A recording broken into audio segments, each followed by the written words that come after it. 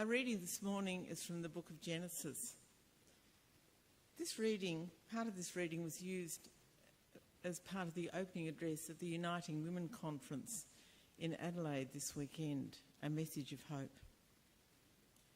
In the beginning, when God created the heavens and the earth was a formless void, and darkness covered the face of the deep, while a wind from God swept over the face of the waters. Then God said, "Let there be light," and there was light. And God saw that the light was good, and God separated the light from the darkness.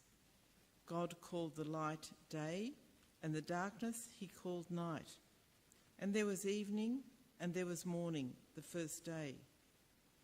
And God said, "Let there be a dome in the midst of the waters, and let it separate the waters from the waters." So God made the dome and separated the waters that were under the dome from the waters that were above the dome. And it was so. God called the dome sky. And there was evening and there was morning, the second day.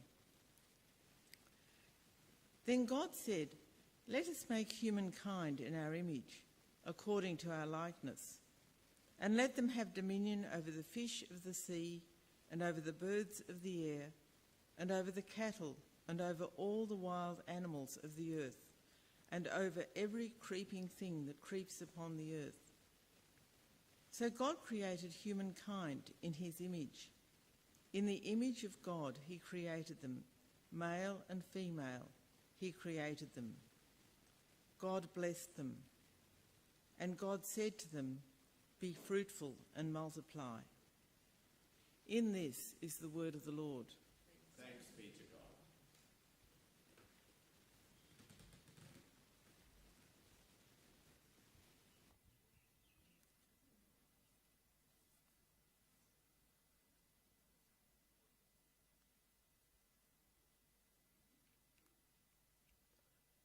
A story. One day, a friend told the manager of the Sydney Symphony Orchestra that she would like to have a part in the orchestra. "I had no idea that you could play a musical instrument," said the manager. "I can't," she replied. "But I see you have someone who does nothing but wave a stick around while the others play. I could do that." "I could do that. You could do that."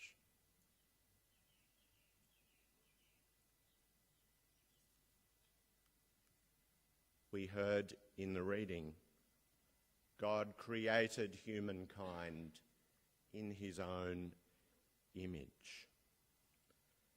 And before this extraordinary affirmation, which is in verse 27 of the first chapter of Genesis, we have only heard about God as a creator seeking relationship with the world created in love, in delight, and in freedom. We, all of humanity, is created in exactly that image. So, with the ability to bring forth new worlds and create new relationships.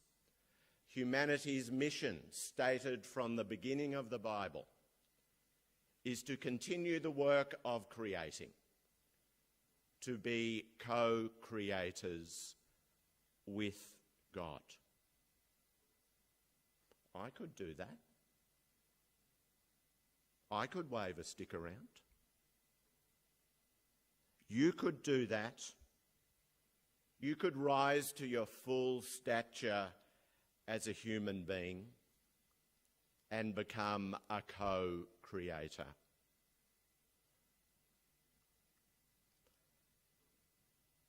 The creation story that we heard this morning is the first of two that are in Genesis. Both are well known, but the second, which we will look at next week, is probably better known. It takes place in the Garden of Eden. Adam and Eve and a cunning serpent are in that garden, as is an apple. And out of that paradise erupts sin. Original sin, or so the traditional interpretation would have us believe. It stains everything,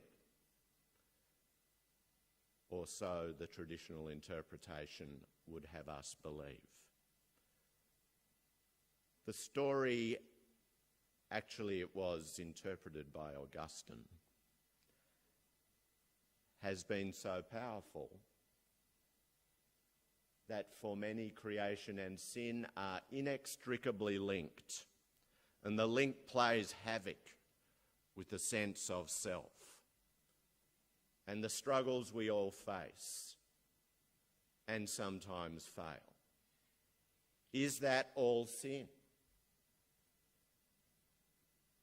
Sin, original sin, woven into creation, or so the traditional interpretation would have us believe.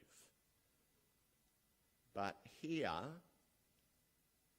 in the first account of creation in Genesis, there is no mention of sin. Nothing of its stain, nothing about a flawed humanity. Quite the contrary. Here is grace. Here is blessing. Here is the infinite horizon of possibilities. God, the Creator, created humankind in his own image. That means our essential nature is creativity, not sin. The theologian Matthew Fox speaks of this story as the account of original blessing. Original blessing. You possibly can't read all of this. I'll just read the first sentence for you. It's headed, Jesus never heard of original sin. The term wasn't used until the 4th century. So it's strange to run a church, a gathering, an ecclesia, supposedly on behalf of Jesus, when one of its main dogmatic tenets, original sin, never occurred to Jesus. Indeed, it is strange. Because the first story is about original blessing. I could do that. I could wave a stick around. You could do that. You could rise to your full stature as a human being and accept the divine blessing of creativity. Here, indeed, is good news.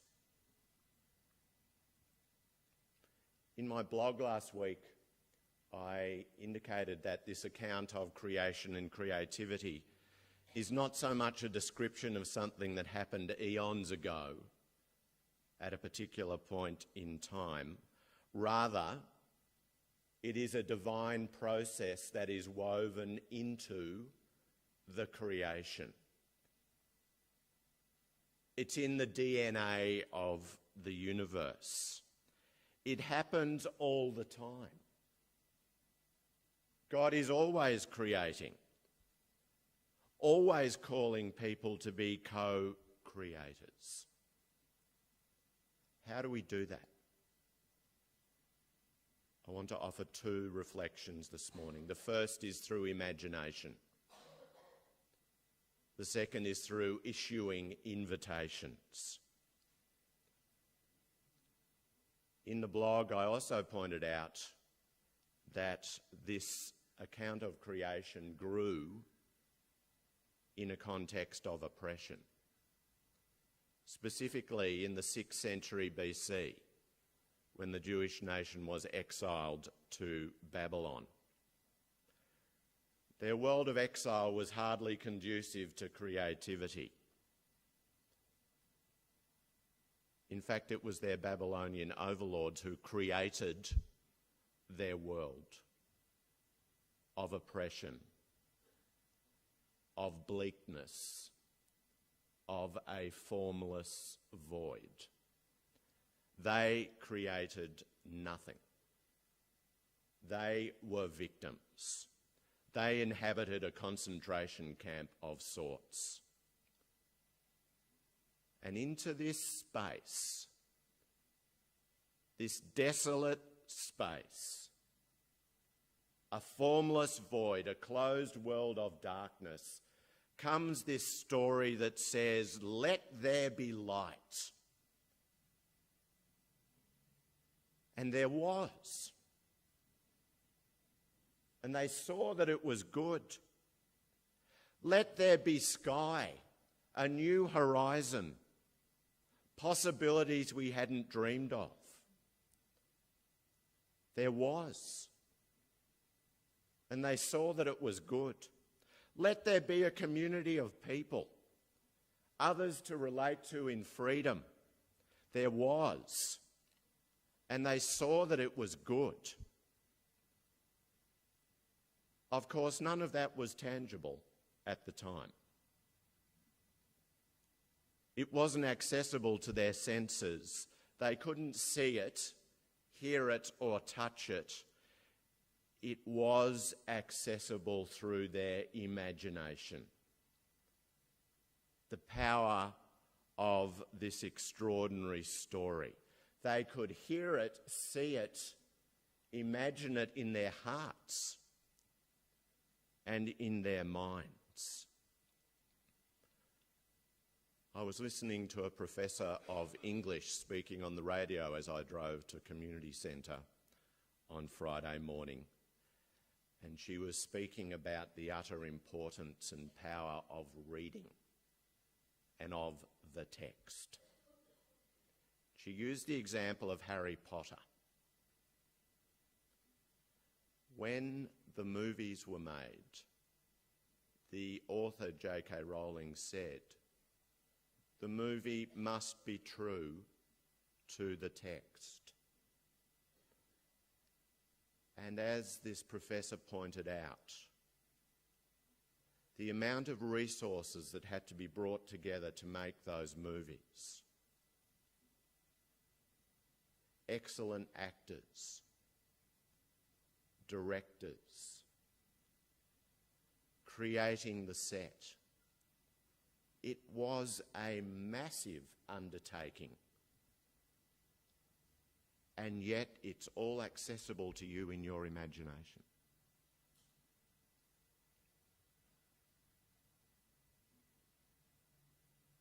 When we saw the movies, my children, now adults, then younger, who knew the stories backwards, upside down and inside out, would tell me how well the movie went in correlating with what? Their imagination. The text created a new world. I could do that. I could wave my stick around. You could do that. You could use your imagination to be a co-creator with God. It is essential to use your imagination. Here is the world, still broken, still limited. We look at it and either we despair or we say, I can't do anything about that. Or we dream of how this world might yet be in God's providence. And we say, I could do that. I could wave a stick around. I could be part of it. imagination is essential in faith. Secondly, invitation. Creation happens through powerful invitation. Notice in the text, God does not command the appearance of light. God's words are not, "There will be light." They're subtly different. Let there be light. It's powerful, it's persuasive, and it's an invitation, not a command. Let there be light.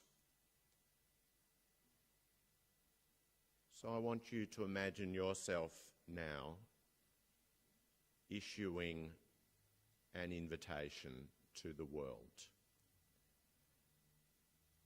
The Spirit of God is stirring over the formless void of this world,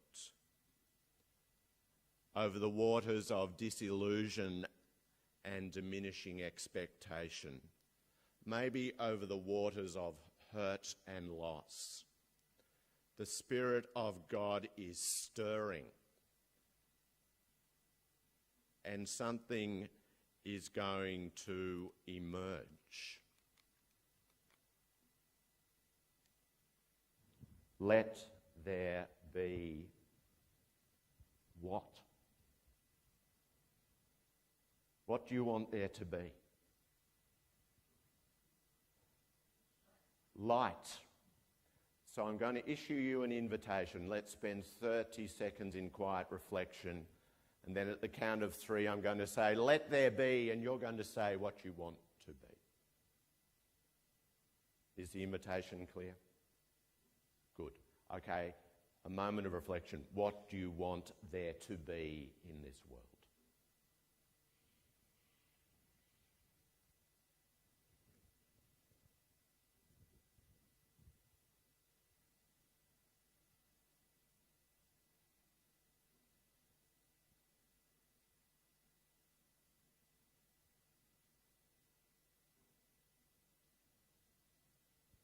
Are you ready? At the count of 3. Let there be. Welcome.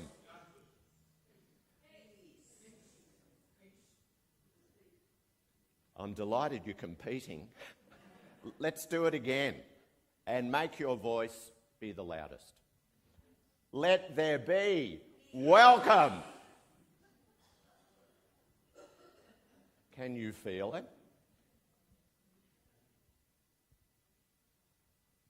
On Friday, as I normally do at about 5:30 p.m. after my walk, I was reading the latest news on the web.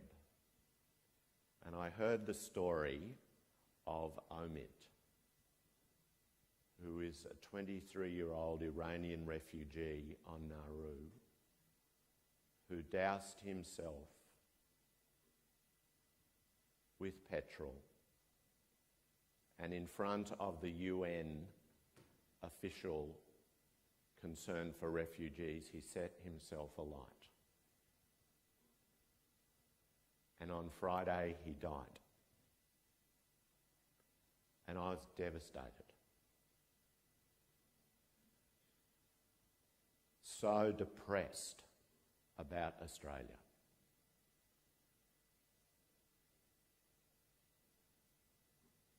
So confined by the sense there is no compassion in our leadership.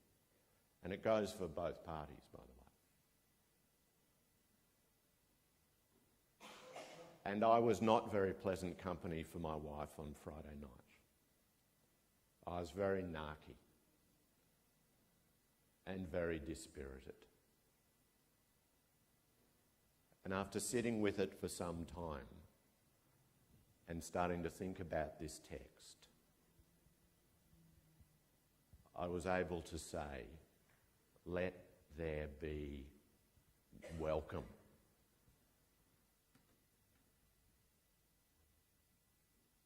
And that has actually set off a new course for me. Because I want the world to be a place of welcome. And I believe that is part of God's desire. Let there be welcome.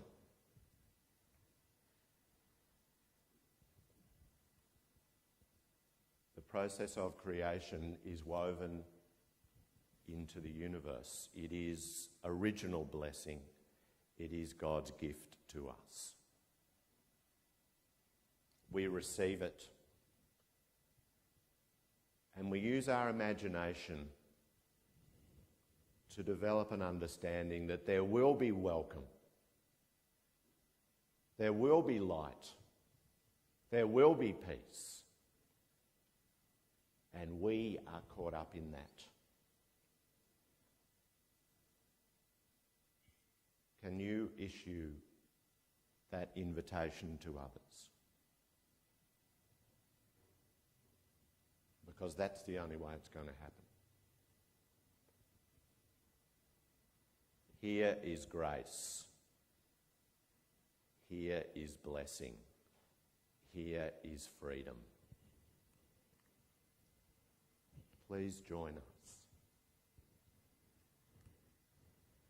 In the beginning, God created humankind in his own image.